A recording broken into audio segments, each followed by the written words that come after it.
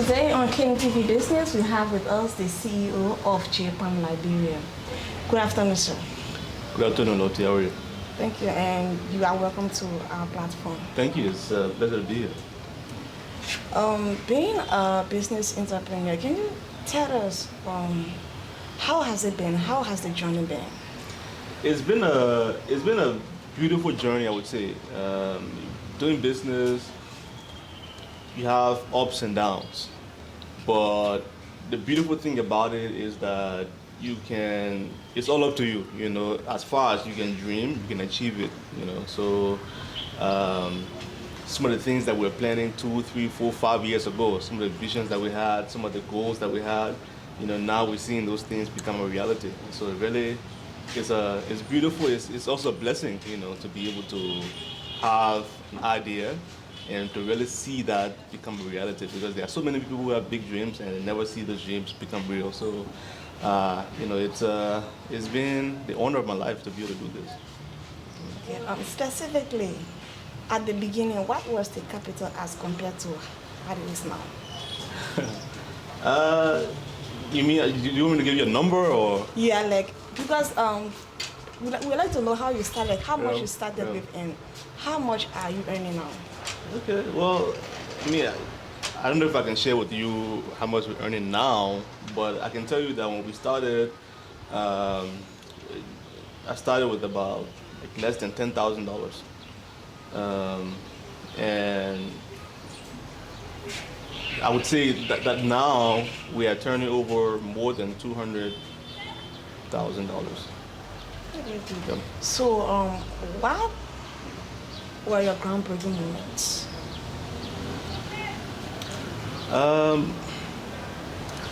One of the pivotal moments for JPalm, I think, was when we realized that we were making a product that had real commercial potential to be an everyday consumer product. Because when we started JPalm, the focus was mostly on palm oil processing. We were working with farmers and placing these machines in rural areas, so that instead of people using their hands, they could use a machine to make the palm oil. And then eventually we started making, palm kernel oil.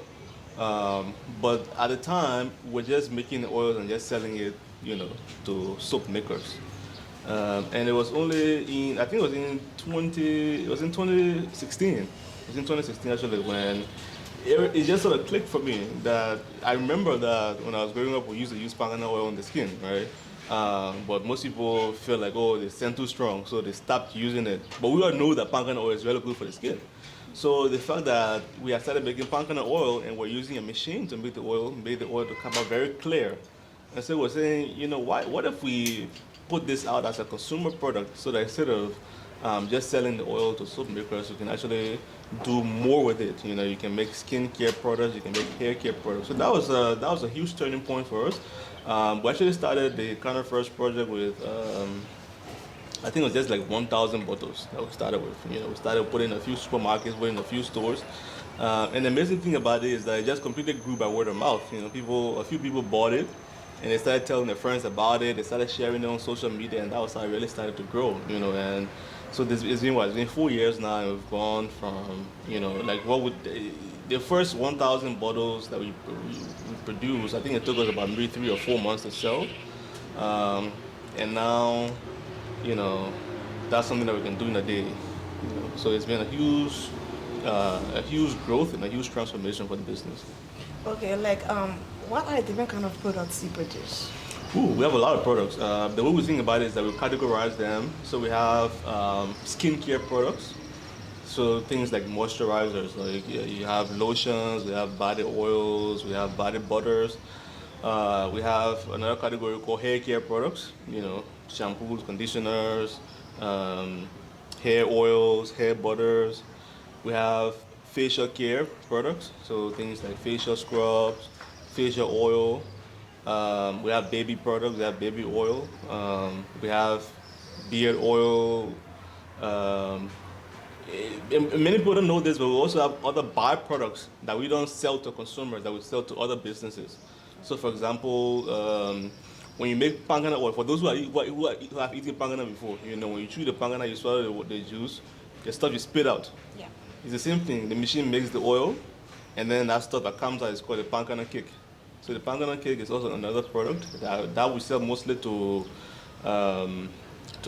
like pig farmers. They use it as animal feed. Okay. And then also the pangana shells as well. We have a company now that's producing charcoal, the coal that we can, cook food with. They're producing charcoal and they're using pangana shells to make the charcoal because it has more heat, and it burns for a longer time. So, the palm tree is very versatile. We have all of these products, that these skincare products, hair care products, facial care products, and we have the byproducts that come from the producing palm kernel oil. Okay, so when it comes to manpower, like how many employees do you have? Right now we have, I think, 40 employees. That are taking paid monthly? Yeah. Okay. So what have been your challenges along the way? There are so many challenges. If I start to list all the challenges for you, I don't think we'll list some. Go home today.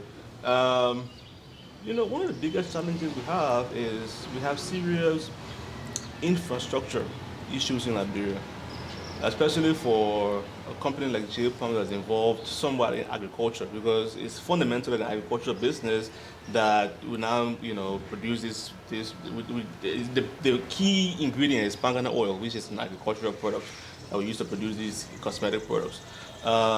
And we have to be able to source it from very small scale farmers in rural areas, in very, very rural, very remote areas. And most of these places have no roads, so you reach some places. It's a huge challenge because you reach some places, car can go there, you reach some places, there's a log bridge, you're trying to figure out how do you drive over this, without falling into the water. Sometimes when it's raining too much, when it's raining season, the road is not muddy, you cannot go, to access the raw materials. So it's a huge challenge for us as, road infrastructure. Also, electricity, we have to run our own generators. We have our office here, our generator here, luckily sometimes we have LEC that comes. But the factory, LEC is not stable, so we cannot put our machines on LEC because we have much larger machines at our factory. And so we have to run a generator all the time. When you're running 20, 30 gallons of fuel every day, that's very expensive. So access to electricity is also another constraint, that if we had regular, consistent, stable electricity, it would bring down production costs, which enables us to maybe sell our products at a lower price and generate more profits. Another big challenge we have is the fact that, I'm sure you're aware, is the fact that human capital is not very developed in Liberia. It's very difficult to find people who have the kind of skills that you need to really be able to take the business to the next level.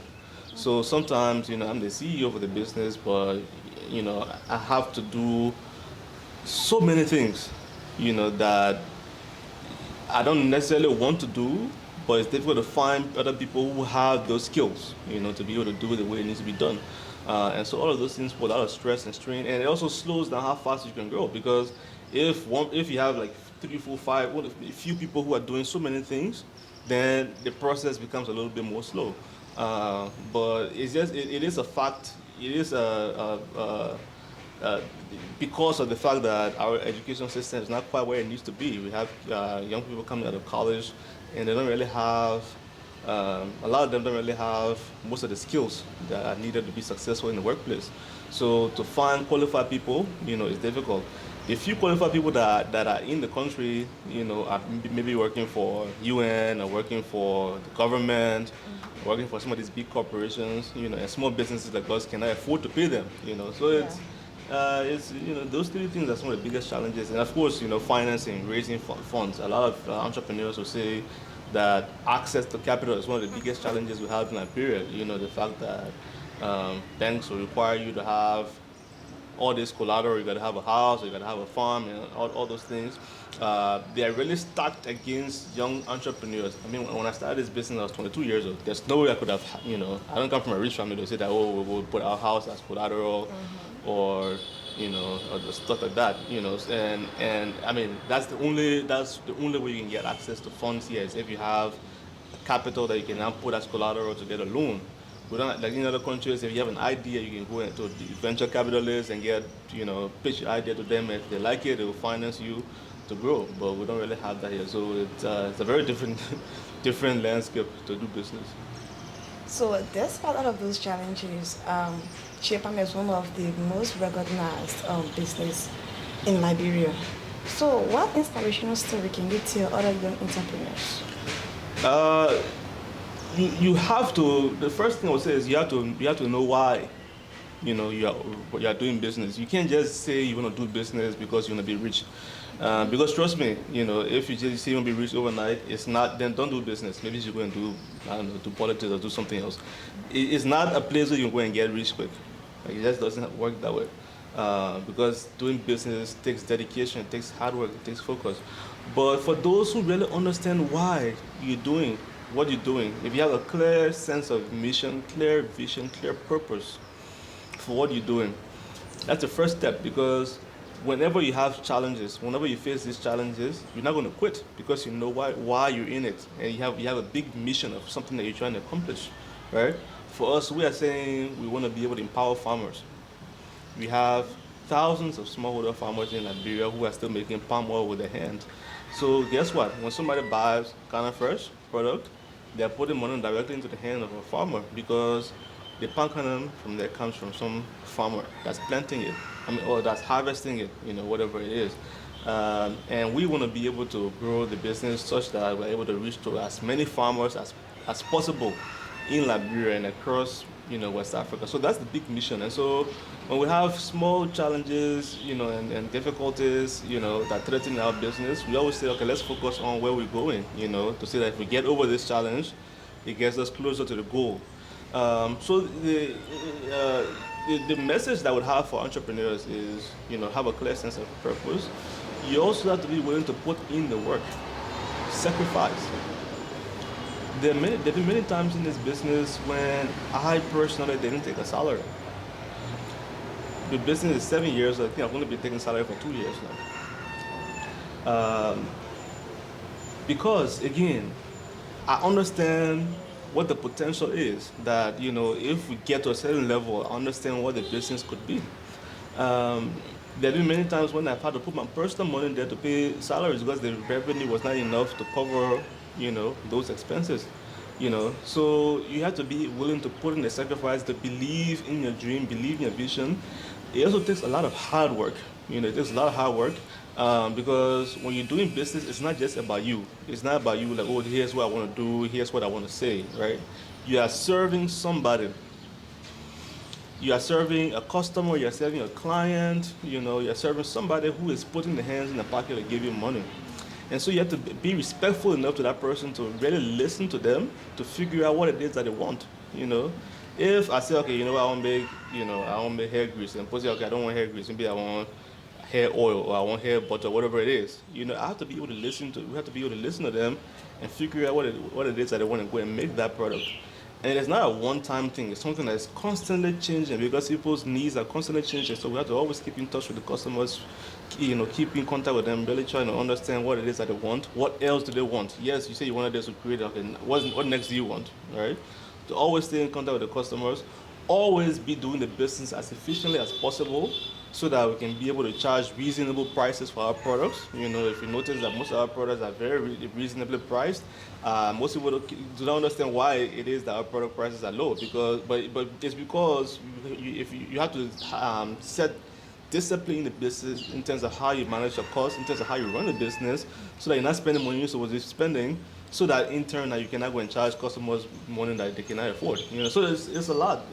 But in some, the message inspiration I give to people is you have to be disciplined. You have to have a clear sense of of where you're going, why you want to do this, and you've got to have an operational structure that is solid enough that you can manage, to be able to achieve whatever dreams you want to achieve. Okay, so how can you grow your level of success now? We're still growing, It's still, we have very big dreams, Like honestly, I feel like I feel like this is day one. Like, there's the vision that we have for this business is so much greater than what we've achieved so far. I mean, of course, you can't keep chasing success and not stop to, to take in and appreciate where we come from. When we started this business, we didn't have an office. We're operating out of the garage, my parents' house. The fact that we have this whole building as our office, and we have another factory somewhere, and we have, more than 40 employees. Just started with me alone, a few other, volunteers. Is something that is I'm grateful for, because so many businesses start and they don't make it that far. So the fact that we are here 7 years later and we're still moving strong is something that I'm grateful for. I don't take that lightly. But also we have very big dreams. We aspire to be much greater than where we are today. And so, I think of this as if we are climbing a staircase, maybe this is the first step. There's still a lot more for us to go. Okay, your business has been recognized, I can say globally. So what does that mean for your company? It means a lot for us. It is a boost of confidence that we are doing something right. And it means not just a lot to me and the company, but also the fact that a Liberian company can be recognized.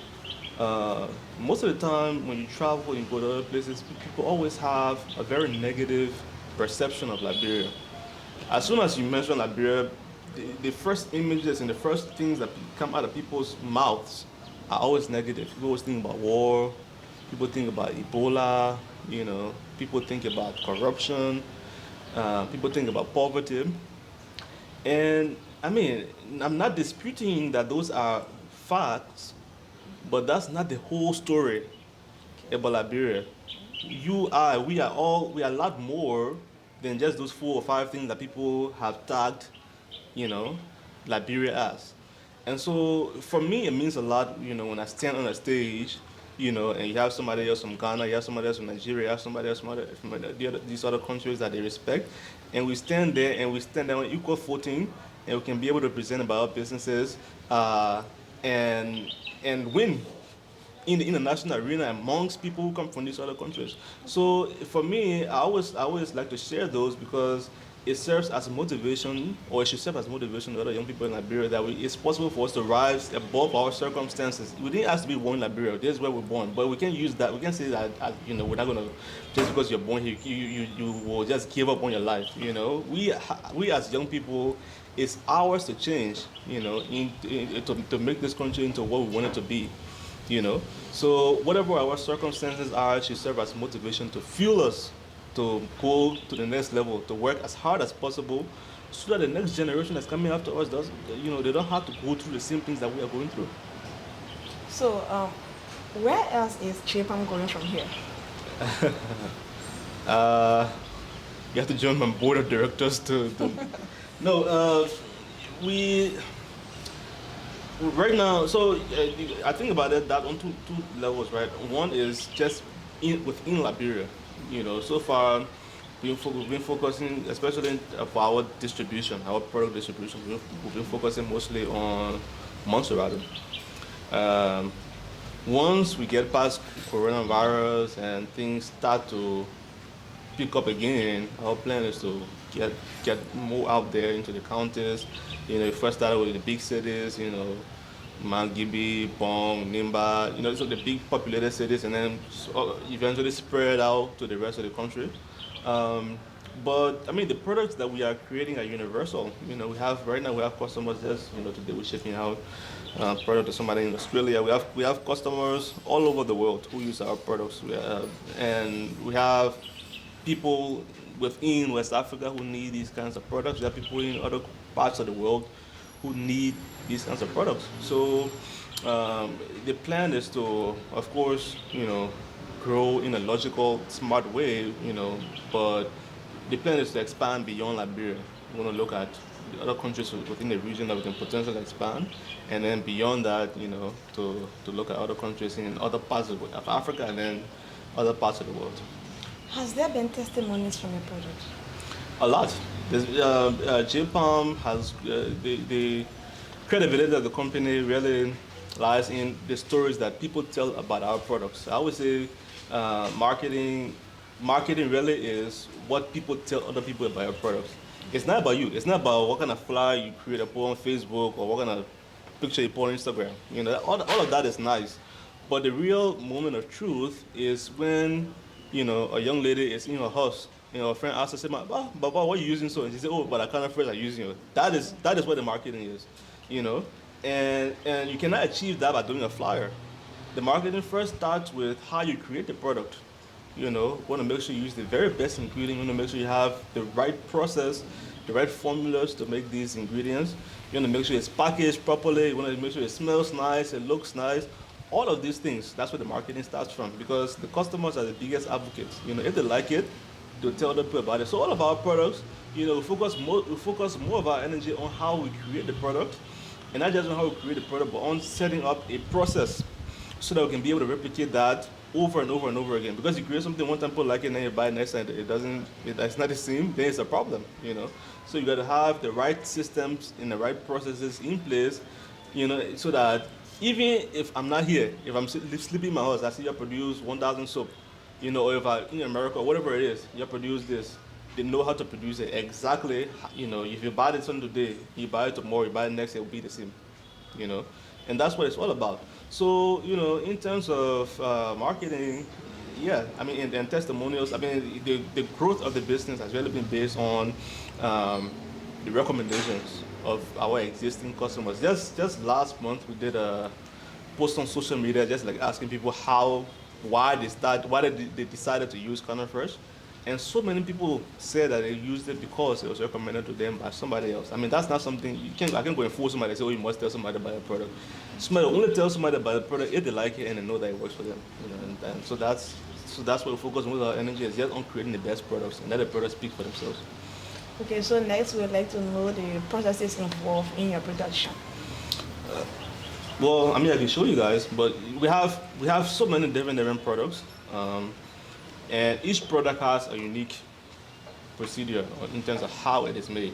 So you have two components when you think about this, right? One is what's in the product, you know, what are the ingredients in the product, and two is what are the steps, what are the procedures in making the product, you know.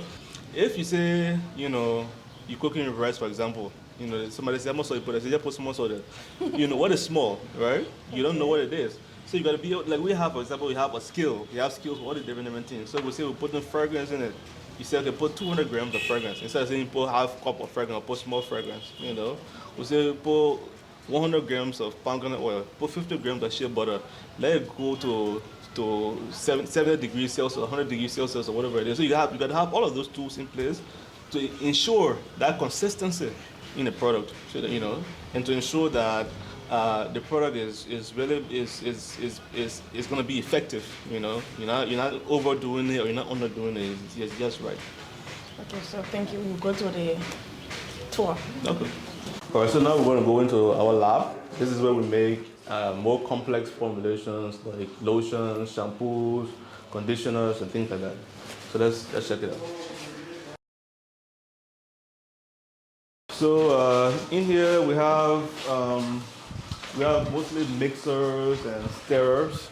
There are some products that need to be blended very fast. Okay. So for those, we have to use the mixers.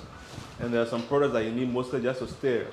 In 2017, Johnson & Johnson had a competition called Africa Innovation Challenge. And Johnson & Johnson is a company that makes Vaseline, Johnson baby oil, and things like that. Yeah.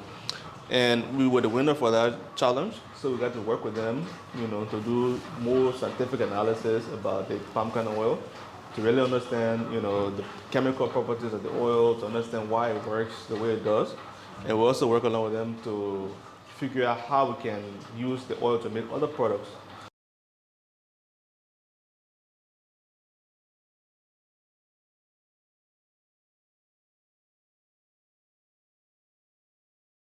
You know, because the reason why lotion makes people sweat so much is that it wasn't made for this kind of climate. It was made for a cold environment. So they put ingredients in there to really be able to seal people's skin up so their skin, you know, when they place cold, your skin doesn't get too dry. But in this environment where it's already hot, if you put that on your skin, of course you'll start to sweat. So all of those things, taken into consideration. So the formulation we have is very awkward. It's what you call a lightweight lotion. So when you put it on your skin, it doesn't like stay on your skin. So let me just try this and see here. You see, when you put this here, it doesn't, like some lotion, you gotta rub it before you go in, right? This one, as soon as you pour it, it's very light. It very quickly absorbs into the skin. So you don't see it, it doesn't make your skin greasy. It actually feels really good on the skin. Like it has a sort of cooling sensation. Yeah, it's cool. It's cool, yeah, it's a cool process lotion.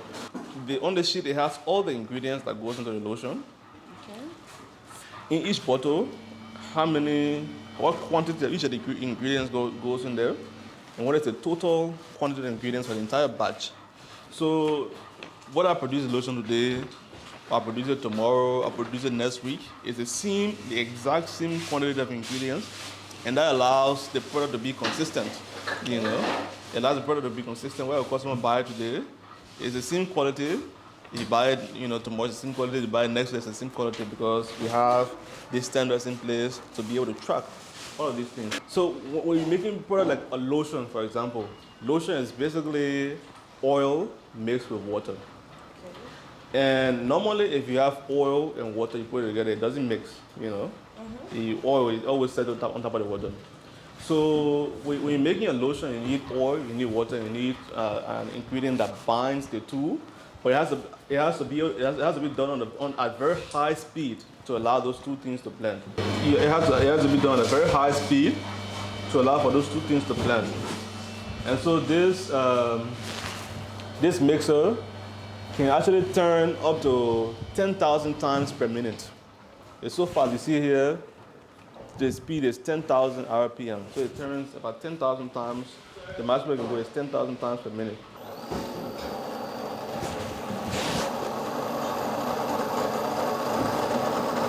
The higher the speed,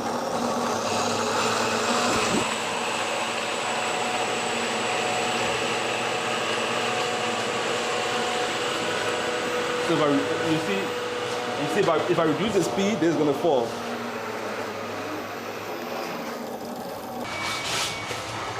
So we have a scale here to measure it, to make sure that it's the exact quantity.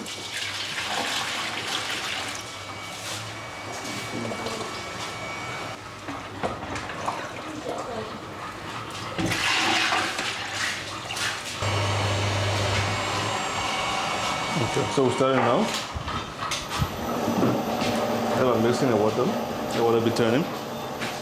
So this is a preservative, and it helps to prevent mold and bacteria from growing in the lotion.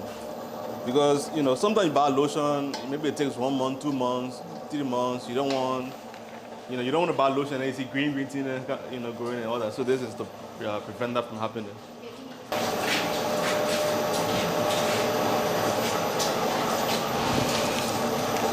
So this is also another preservative that we add to it as well for the same purpose. But this one also helps to maintain the stability of the lotion. Because sometimes you may make lotion, it may be looking nice and thick, but then when you put it down for long, maybe it starts to, like sometimes you see some of the lotion in the market, you see sometimes it starts to get watery, it starts to change shape. So we want to maintain that stability. Measurements for each product. Yeah, so measuring the scale to make sure that we have the right quantity.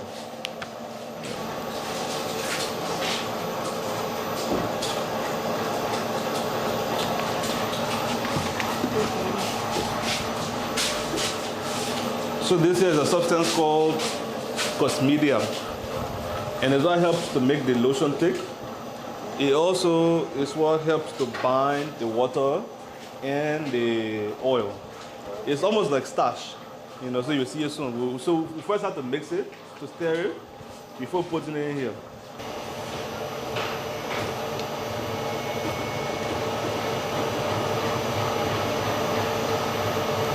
So you don't clean all at once? No, we don't want it to, to form clumps. Okay. We want it to be smooth and flowy. Otherwise, you take the lotion and then you see nana in the lotion. We don't want that to happen.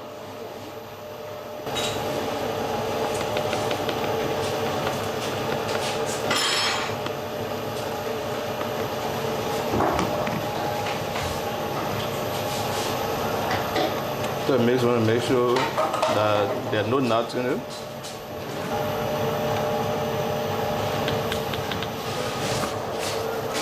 Okay.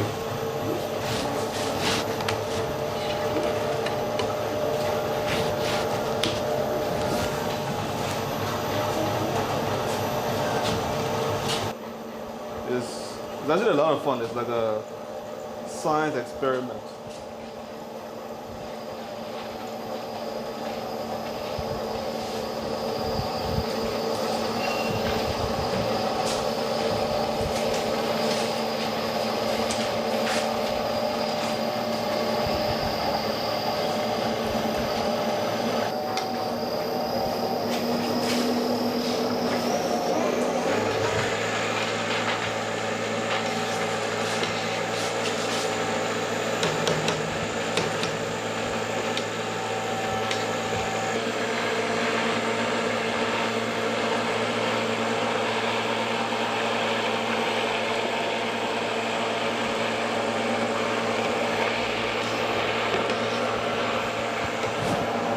You want to stay? Yeah. Let's stay along the side.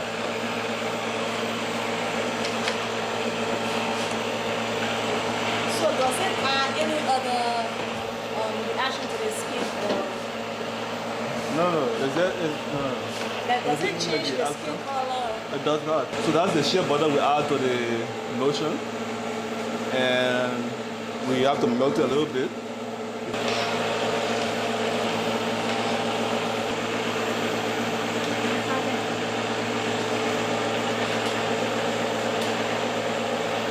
So what's here? So this here is the fragrance. This is what gives it the smell. So this is the. Can you guess what fragrance? Can you tell what fragrance it is? What does it smell like? I can get it. It's cucumber. Yeah. Yeah. So we're making cucumber lotion. Well, so you have different makers of lotion. We have vanilla lotion and we have cucumber lotion. It's all the same, it's just a different smell.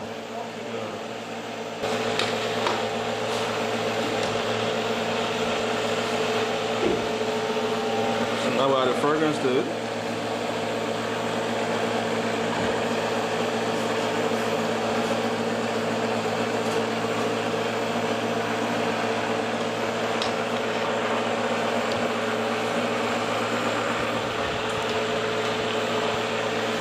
So I mean, it's a very simple process. We decided that we don't want to include too many. We don't want to make it too complex.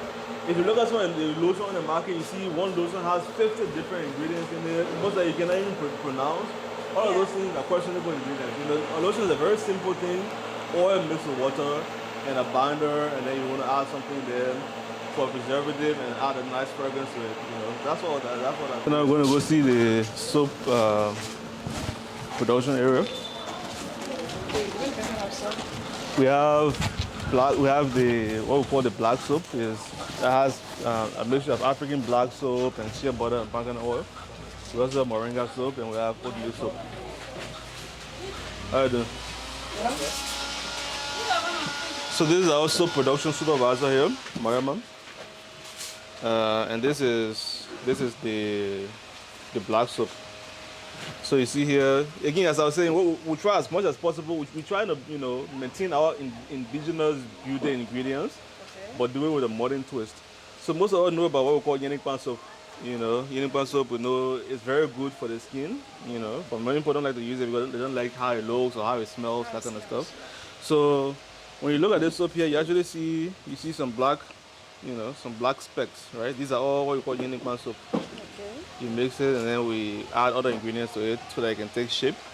So after they finish making the soap, let it dry and they first put it in a plastic, and then before we put the label on top of it.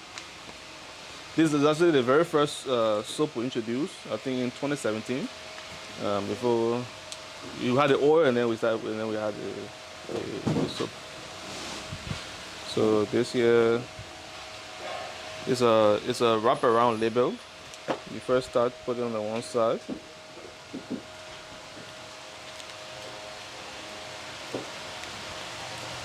and then take it around.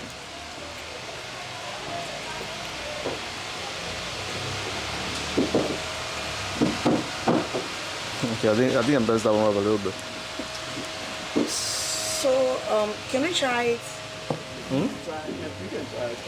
You can try it. You want to try label Yeah. it? Okay, let's do it together. Take, It's already been let's started. use it one. Let me take another one so we can go together. So you start on the side. Put it, press it down, yeah, and then just take it around. As you're going along, you keep pressing it. There you go. Wow, you even did it better than that first one I did. Okay. All right. So there you go. So that's it. It's only 75 cents. 75 cents. Yeah.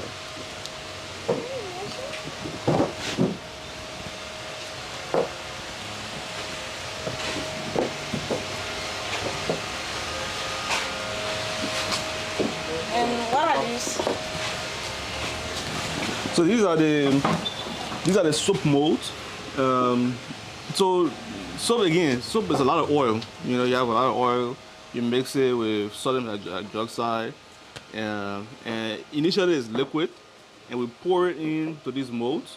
It's almost like thinking about somebody making candle, right? You make it, it's hot, you pour it. It's the same thing. You put it in here, and then it stays, you know, for a while, and then after it cools down, then you just pop it up.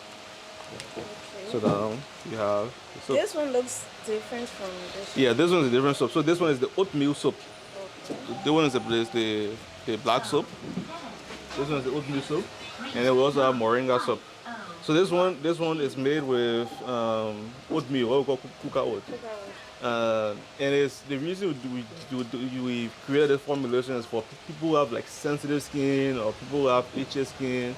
You know, those are all who were growing up. We had chicken pox, or if you have, you know, your skin itching, they'll put a little bit of kuka oil in the water for your tip away. You know, so it helps. So it's just soothe the skin, and also it helps. It's very effective at just removing dead skin cells. You know, so that's what this is.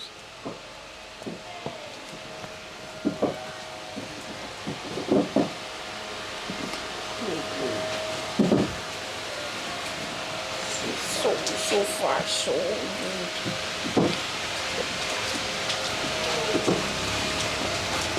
This is our products warehouse. We have all the different products in here. We have the oils, we have the soaps, the shampoos, the conditioner. We also have this unique way of selling, wherein instead of somebody coming and say, I want to buy one soap, I want to buy one bottle of oil, you know, we try to think about what do people need on a monthly basis, for example. So somebody can order a box like this. You know, maybe you have like, I don't know, 8 pieces of soap in there. Maybe you have some oil, you have some shampoo, some conditioner, some lotion. So once the products come from the production area, they come in here, then we can also repackage them now into these boxes or into some of these sets, you know. And then we have some of our customers are stores, like the supermarkets. So if they order, we can take it from here and go and deliver to them. We have a motorcycle delivery agent who can take the product and go and deliver to them. We're also working with Coke Shop, it's a Liberian company. Coke Shop is. Yeah, they also do some deliveries for us. So we have another warehouse, the Coke Shop place. So we transfer some of the items from here to Coke Shop. And then when orders come in the morning, we just send the information to Coke Shop. And we have something called the Everything Box, for example. It has all the products in it. You know, it has shampoo, it has conditioner, it has soap, oil, facial scrub, hair, but all the different products we have, everything in it. And that one is it's $40. Okay. So these ones are what? So these are all hair and body butter. So it's a mixture of palm kernel oil and shea butter. So people can use this. People can use this for skincare. You can also use it for your hair.